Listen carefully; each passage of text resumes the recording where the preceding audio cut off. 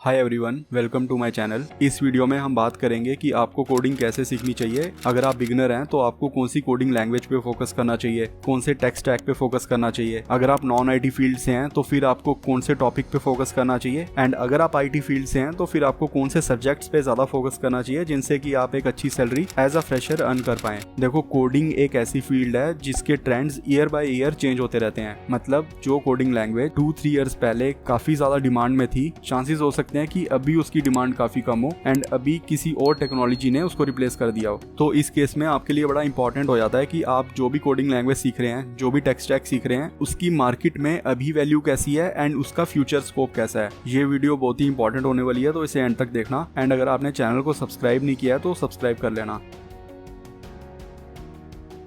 देखो, coding domain अपने आप में बहुत ही वास्ट है। कोडिंग में काफी सारे टेक स्टैक्स हैं एंड हर एक टेक स्टैक की डिफरेंट कोडिंग लैंग्वेज है, डिफरेंट कंसेप्ट्स हैं एंड डिफरेंट फ्रेमवर्क्स हैं। तो आप सारे फ्रेमवर्क्स नहीं सीख सकते, सारे स्टैक नहीं सीख सकते। आपको पहले डिसाइड करना होगा कि आप कौन सा कोडिंग स्टैक सीखना चाहते हैं एंड उसी को आपको परस्यू करना होगा।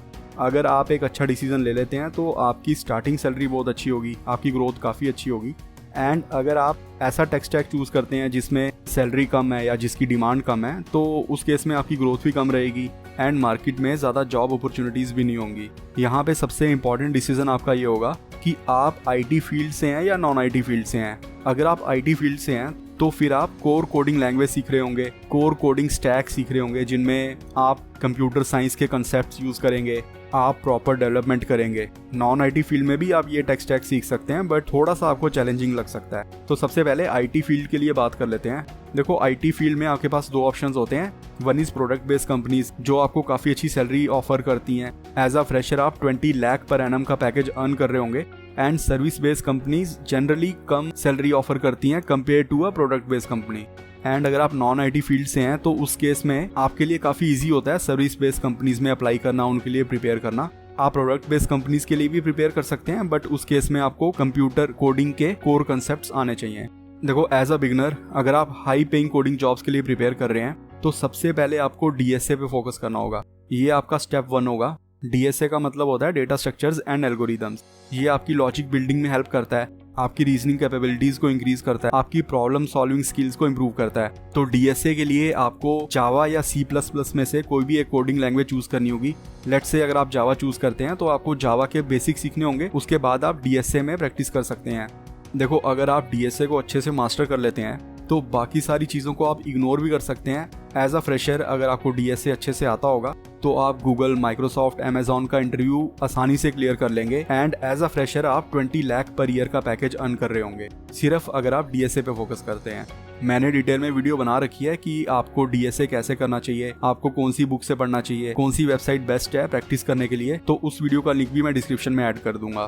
देखो, जब आपने डीएसए कर लिया उसके बाद इन माय ओपिनियन आपको बैकएंड डेवलपमेंट में फोकस करना चाहिए, बिकॉज डीएसए में जो चीजें आप प्रैक्टिस कर रहे होंगे उनका यूज बैकएंड डेवलपमेंट में बहुत ही ज्यादा होगा। देखो, बैकएंड डेवलपमेंट का मतलब होता है कि आप सर्वर पे काम करेंगे।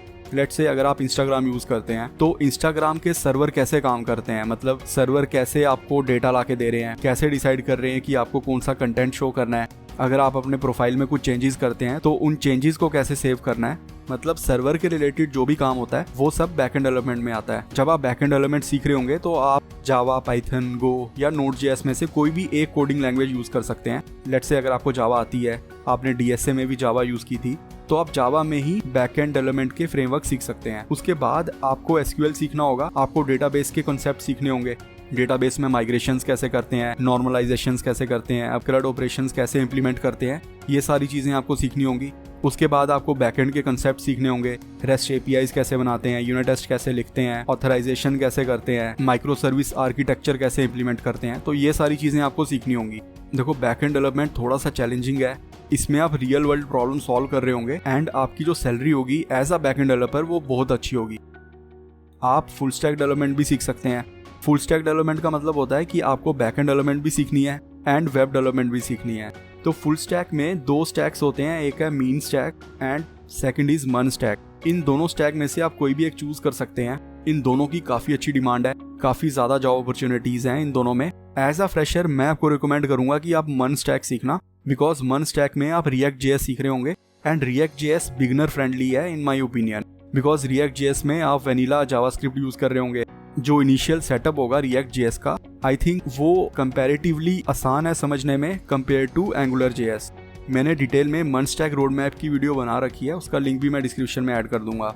आप वेब डेवलपमेंट में भी फोकस कर सकते हैं। तो वेब डेवलपमेंट का मतलब होता है कि आप मेनली वेबसाइट बना रहे होंगे, आप वेब एप्स बना रहे होंगे।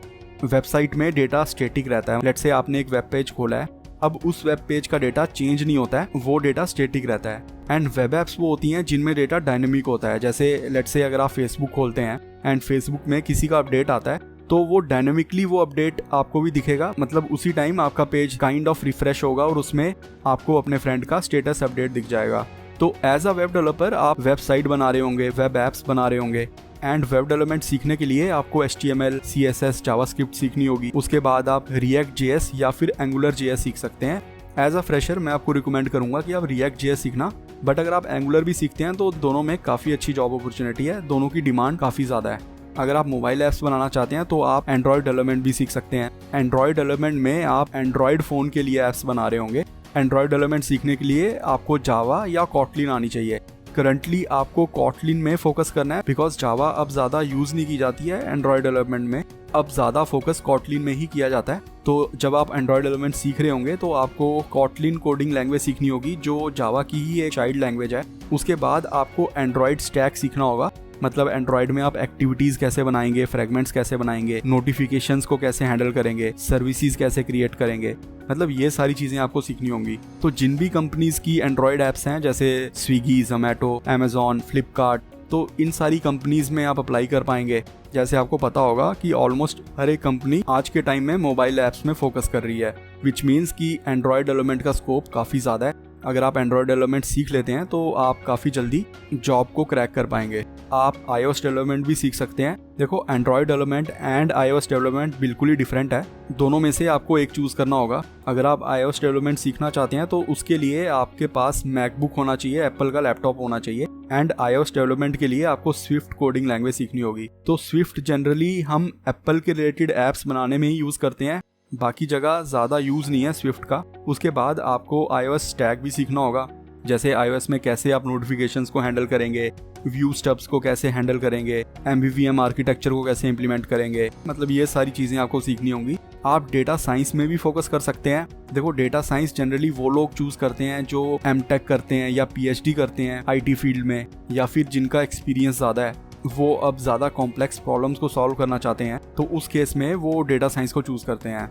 डेटा साइंस का मतलब है जनरली आपके पास कंपनी का काफ़ी सारा डेटा होगा एंड उस डेटा को आपने एनालाइज करना है। उस डेटा के बेसिस पे आपको डिसाइड करना है कि कंपनी कैसे रन होगी। मतलब अगर कंपनी कोई प्रोडक्ट लॉन्च करती है तो उस प्रोडक्ट के रिलेटेड जो भी डेटा आ रहा है, आप उस डेटा को एनालाइज करके डिसाइड कर रहे होंगे कि आपको कौन से फीचर्स ऐड करने चाहिए अपने प्रोडक्ट में, कौन से फीचर्स ज़्यादा अच्छे से चल रहे हैं एंड कैसे कंपनी अच्छे से ग्रो कर सकती है। डेटा साइंस के लिए आप पाइथन सीख सकते हैं एंड आपको डेटा साइंस के कंसेप्ट सीखने होंगे, जैसे आपको मशीन लर्निंग के रिलेटेड कंसेप्ट सीखने होंगे, डेटा मैनिपुलेशंस, डेटा एनालिसिस, ये सारे कंसेप्ट्स आपको आने चाहिए। आई होप आप समझ गए होंगे कि अगर आप हाई पेइंग कोडिंग जॉब्स के लिए अप्लाई करना चाहते हैं एज अ बिगनर तो आपको किन स्टैक्स में फोकस करना चाहिए। अगर आप समझना चाहते हैं कि सर्विस बेस्ड कंपनीज में आपको किन टेक्नोलॉजीज पे फोकस करना चाहिए, या फिर आप अगर नॉन IT फील्ड से हैं तो फिर आपको कौन से टेक स्टैक को सीखना चाहिए, तो आप जरूर कमेंट करना। अगर आपकी कोई फीडबैक है तो आप जरूर बताना।